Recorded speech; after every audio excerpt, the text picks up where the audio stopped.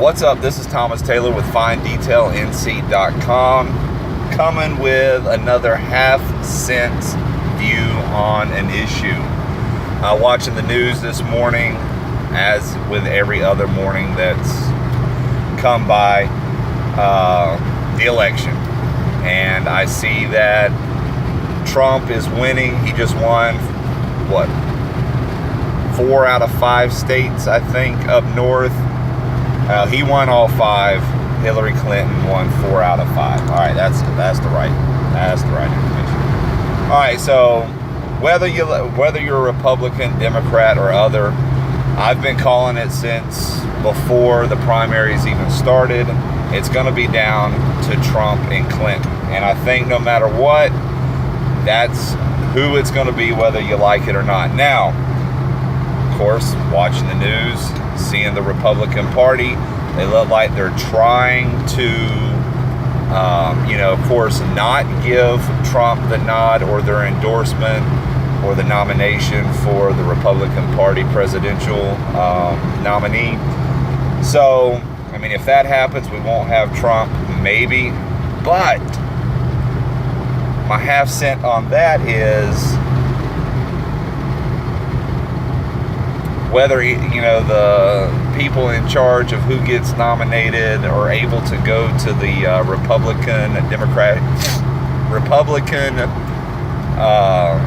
Party nomination, whoever's in charge of that, whatever makes the decision. If they do not give Trump the nomination, he has majority popular vote. He has won majority of the states, has had enough majority vote to win in those states. So by that, he has majority popular.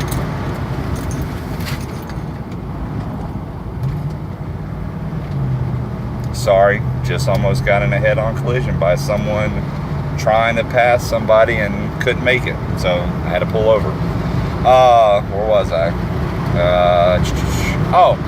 So if the Republican Party does not give Trump the nomination, then I think you will have a majority of America up in arms is what I was going to say, but upset over it, because the whole point of the election is to give the people a voice. If their voice says we want Trump, whether they like it or not, and the Republican Party, that's who they got to give the nomination to. So if all things stays on track as they are, it's going to be Clinton and Trump, whether we like it or not. Now, my half cents on each of them. Trump first. He is very controversial. As you know, if you're watching this, I'm sure you know, if you've watched any news, anything on YouTube, whether it be true or false, he is controversial. So there's no getting around that. But one thing, in my opinion, that is a positive about him is he may have to play a political game through his business, trying to get more business, the ability to, sell overseas, different things like that.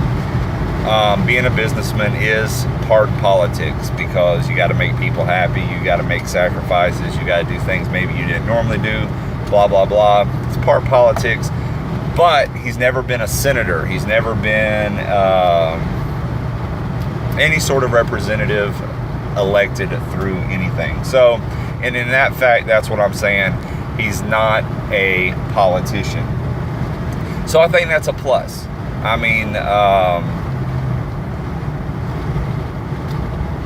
I'm not pro or negative Obama. I'm not saying anything pro or negative, but I think at this particular point, for America, someone like Trump is maybe who we need, because whether you like what he says or not, he says what he wants to.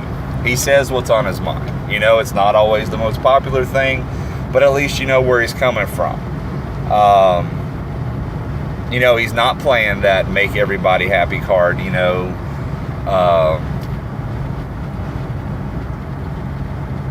choosing what he says, choosing what he does. He just says how he feels, says what he's going to do, does what he wants to do, when he wants to do it, and that's how he is. I think that's kind of like a breath of fresh air that we need right now, especially when it comes to how the world views us. I think within the last 8 years, I think we have proven or shown the world that we are more weak than strong when it comes to certain things such as ISIS, and some other things that I'll talk about when it comes to Hillary Clinton.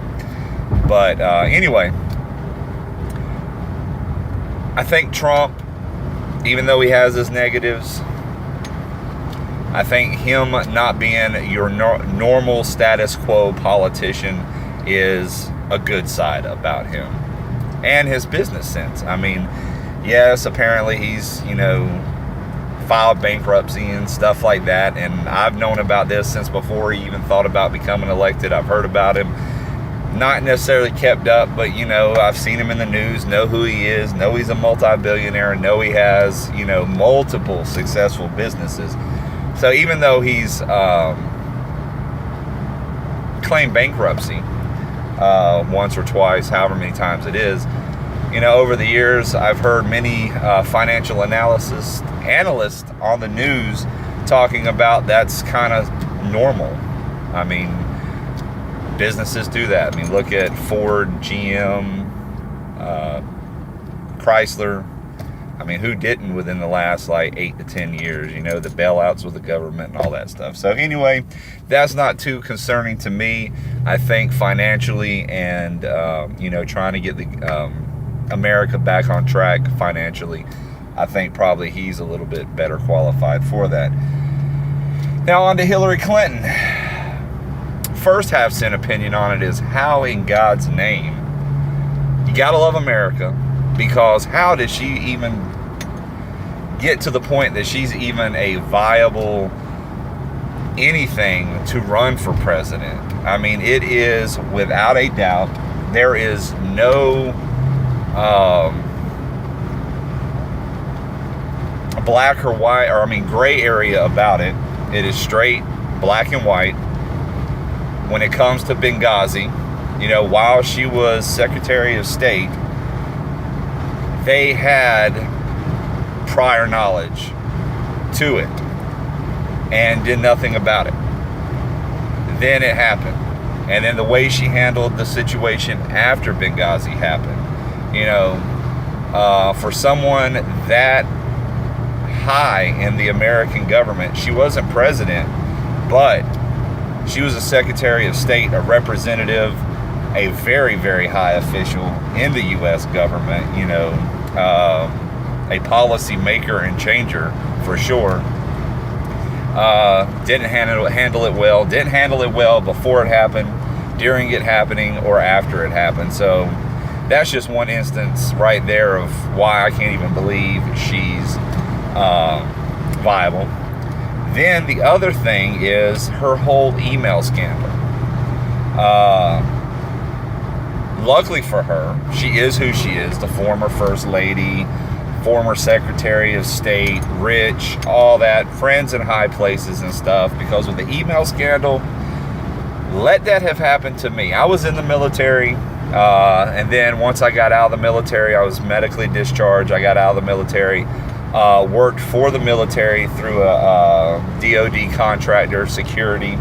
I had secret and top secret clearances, had access to secret and top secret emails.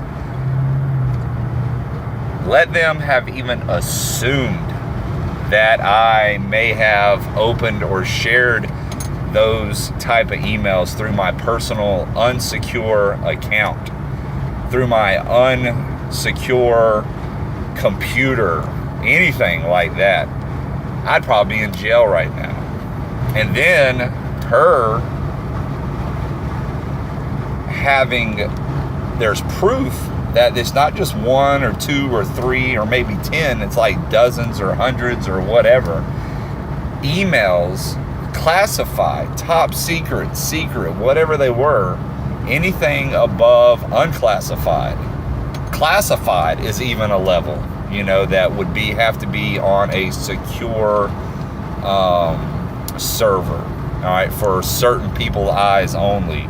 Only unclassified stuff can go over normal servers. So for the amount that she's done, you know, it's clear it's a federal offense, it's a federal crime. She's going in front of the Senate Oversight Committee, hearings, all that stuff, having to testify about it, what she did, what she didn't do, turn over emails, all that stuff. How she's even still in the race at this point, even if Benghazi didn't even, you know, public opinion wise, how it didn't knock her out. So my half cents, she shouldn't even be in the running for president right now. So I do not think the way she has handled foreign policy or foreign things in the past, she should not be running for president. And I hope to God, you know, we've got to pick the lesser of the two evils, and Trump is the lesser of two evils between those two right there, because she shouldn't even be in the running. She's done enough just with those two instances, not counting what we don't know she's done. You know, it's proven she's lied. She is a liar. Told half-truths, untruths, middle truths, whatever the case is.